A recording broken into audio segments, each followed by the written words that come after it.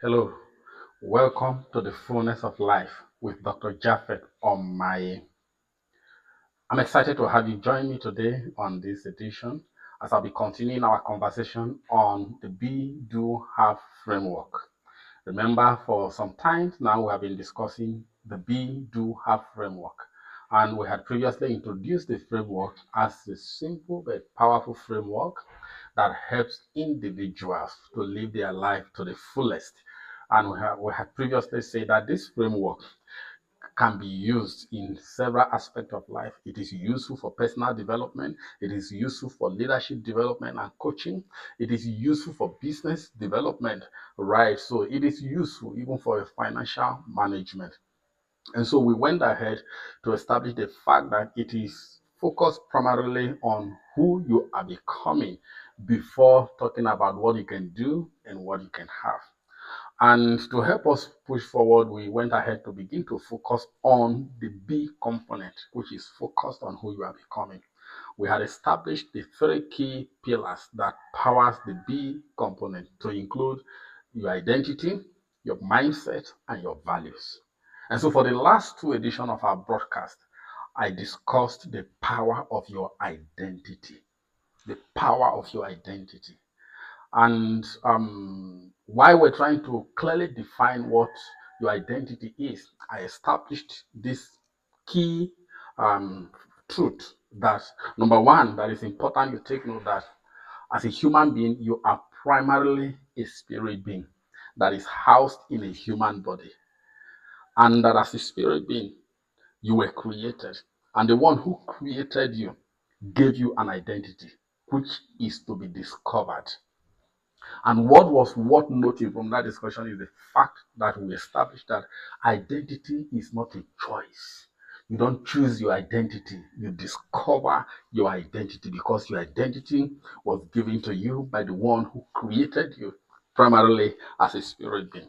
All right, and it's worth emphasizing again that when it comes to your identity, it's not I choose to be this, it is a discovery of who you were created to be. And we push it forward to also go ahead to talk about the fact that in the last conversation that your identity is the internal operating system that powers what you can do, who you are becoming, that powers the way you think, that powers your thought pattern.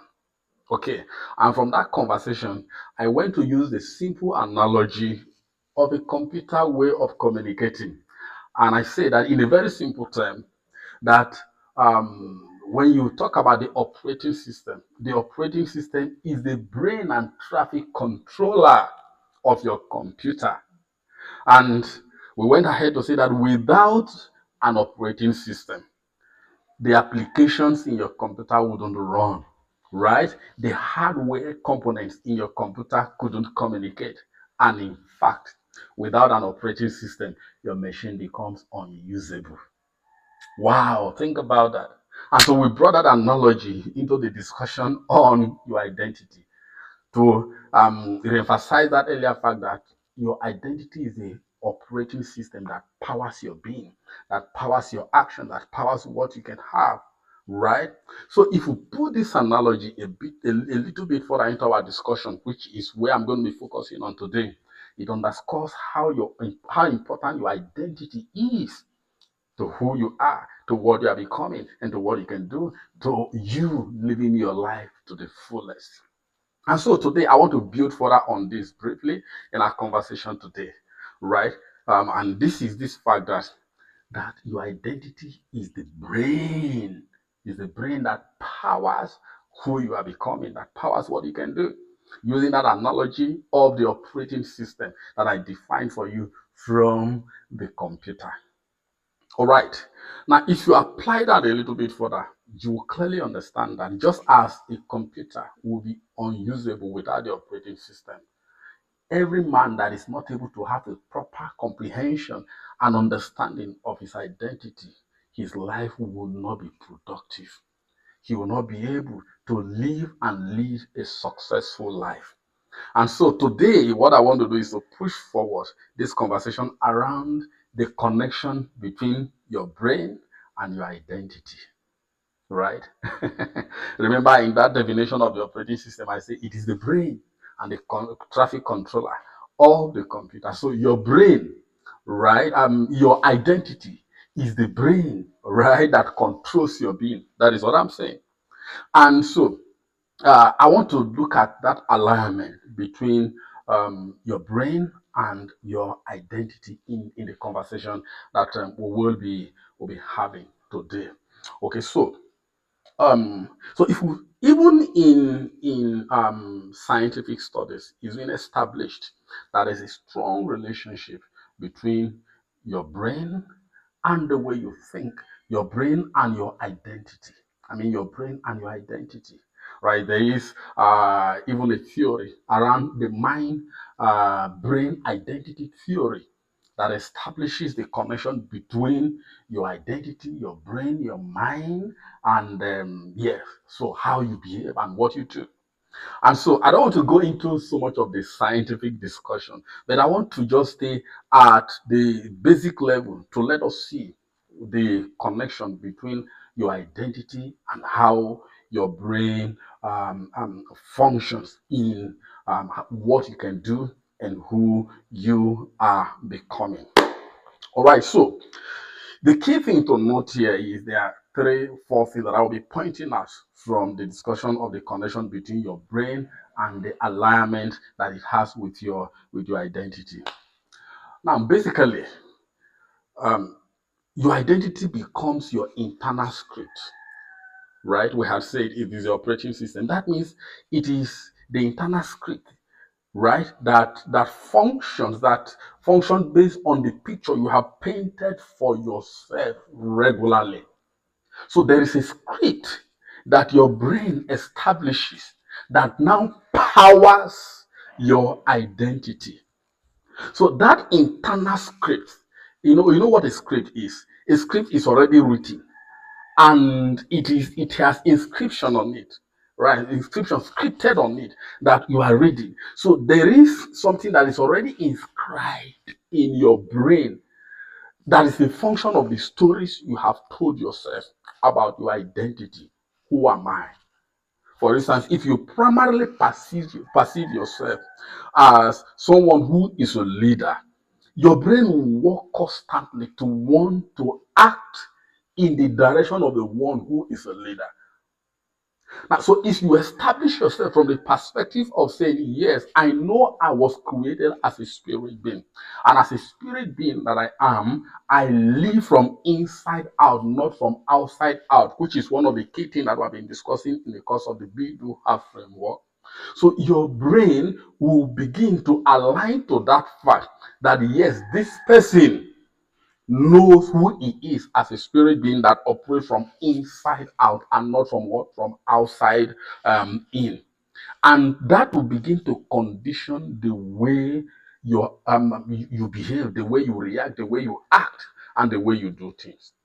So your identity becomes the internal script in your brain that consistently plays out in to ensure that your behavior matches the identity that you have been able to paint for yourself. So building further on that is the fact that your behavior flows from your identity.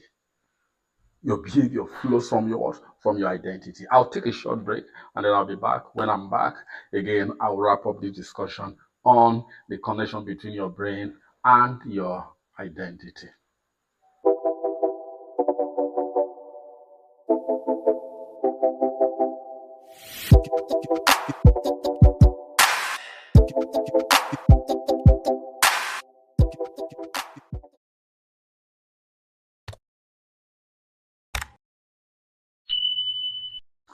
Okay, so welcome back. Good to have you again. Now, as I begin to wrap up, the last thing I was mentioning is the fact that behavior flows from your identity, right? Okay, so it's not about motivation. It is about that picture that you have painted for yourself on the inside that this is who I am. that you have accepted as a matter of reality. So that picture in your brain, what it does is that it determines the flow of how you behave, the flow of how you do what, of how you act. That is because your action becomes part of your what, of your self-image. Your action become a part of your what, of your self-image, how you perceive yourself. And so your action will flow from that self-image that you have accepted into your brain. So what I've tried to do today is to establish the fact that, hey, when it comes to your identity is cardinal to who you are. Your identity is cardinal to how you behave.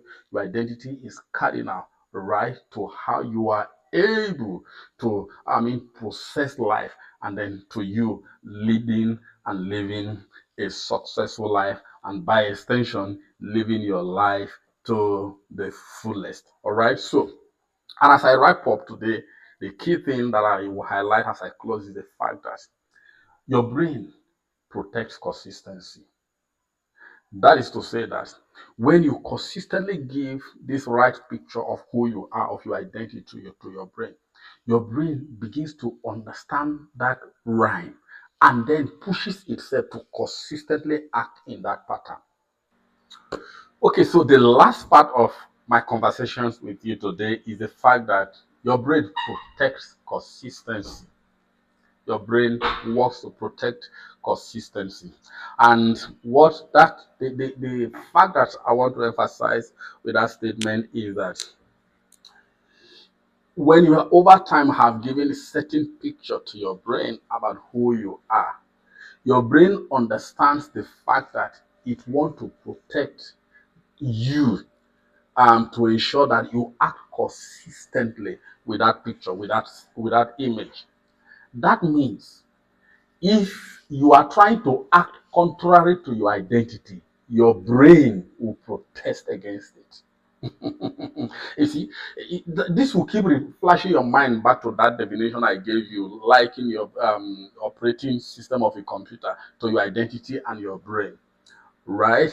Okay, so in an operating system, okay, so the operating system ensures the functionality of the work of the computer. So to ensure that what the computer is producing aligns to what it should produce. The same way your brain is acting to ensure that your actions are consistent with your what, with your identity, with who you say you are.